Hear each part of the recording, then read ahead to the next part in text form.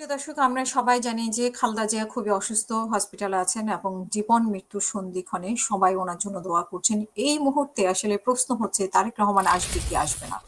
তিনি জানিয়েছেন যে ওনার আশা ওনার উপর ডিপেন্ড করে না, উনি নিমন্ত্রণাধীন ওনার আশাটা। এবং এই ব্যাপারে সরকারের কাছে জানতে চাইলে সরকার যে উত্তর দিয়েছে সেটা হচ্ছে যে বিএনপির ভারপ্রাপ্ত চেয়ারম্যান তারেক রহমান দেশে ফেরা নিয়ে সরকারের তরফ থেকে কোনো বিধিনিষেধ বা আপত্তি নেই বলে জানিয়েছেন অন্তর্বর্তী সরকারের প্রধান উপদেষ্টার প্রেস সচিব শফিকুল আলম। শনিবার 29 নভেম্বর নিজের ভেরিফাইড ফেসবুক আইডিতে দেওয়া এক পোস্টে তিনি একথা জানান। পোস্টে প্রেস সচিব লিখেছেন যে তারেক রহমানের আজকের বক্তব্যে যে এখনই দেশে ফেরার বিষয়ে সিদ্ধান্ত নেওয়ার সুযোগ তার জন্য অবধারিত একক নিয়ন্ত্রণাধীন নয়। এটা উল্লেখ করে প্রধান উপদেষ্টা প্রেস সচিব শফিকুল আলমের কাছে জানতে চাওয়া হলে তিনি বলেন যে তারেক রহমান বাংলাদেশে ফিরে আসা সরকারের তরফ থেকে কোনো ধরনের বিধিনিষেধ রয়েছে কিনা। প্রেস সচিব জানান যে এই ব্যাপারে সরকারের তরফ থেকে কোনো ধরনের বিধিনিষেধ অথবা কোনো ধরনের আপত্তি নেই। শফিকুল আরো বলেন যে খালেদা জিয়ার শারীরিক অবস্থা নিয়ে প্রধান উপদেষ্টা প্রফেসর মোহাম্মদ ইউনূস ইতিমধ্যেই গভীর উদ্বেগ প্রকাশ করেছেন এবং তার জন্য দেশবাসীর কাছে দোয়া করেছেন।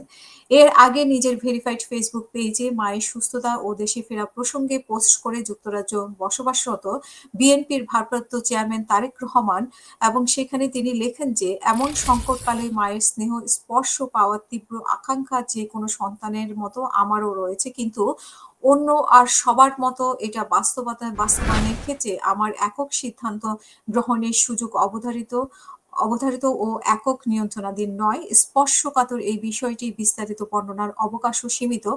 রাজনৈতিক বাস্তবতায় এই পরিস্থিতি প্রত্যাশিত পর্যায়ে উপনীত হওয়া মাত্রই স্বদেশে ফিরে আসবেন এবং আমার সুদীর্ঘ উদ্বিগ্ন প্রতীক্ষার অবসান ঘটবে বলে, মানে উনি যেই দীর্ঘ সময় ধরে অপেক্ষা করে আছেন, এক ধরনের আকাঙ্ক্ষা যে বাংলাদেশে কখন ফিরে আসবেন সেটারও ঠিক মানে অবসান ঘটবে বলে তিনি মনে করেন এবং এই অপেক্ষা ভালো সময়ে তিনি ফেরত আসবেন।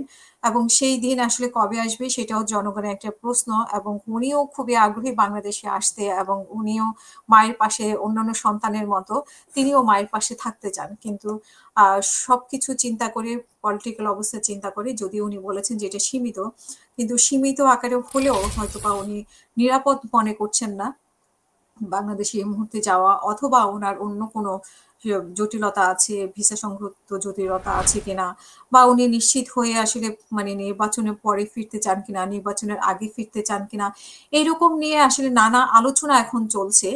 আর কোনটা সঠিক কোনটা বেঠিক আমরা এখনো জানি না। এবং আমরা বিভিন্ন সময়ে বিএনপি নেতাদেরকে বলতে শুনি যে উনি কখন আসবেন, বিশেষ করে বিভিন্ন মাসের কথা উল্লেখ করা হয়।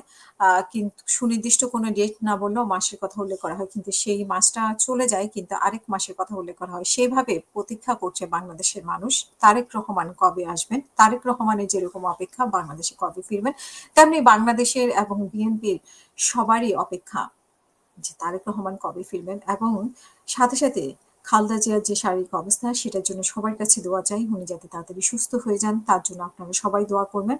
এবং তারেক রহমান যথাসময়ে বাংলাদেশে ফিরবেন সেটাও আমরা আশা করি। সবাই ভালো থাকবেন। মতামতের মাধ্যমে আপনার কমেন্ট বক্সের মাধ্যমে আপনাদের মতামত জানাবেন।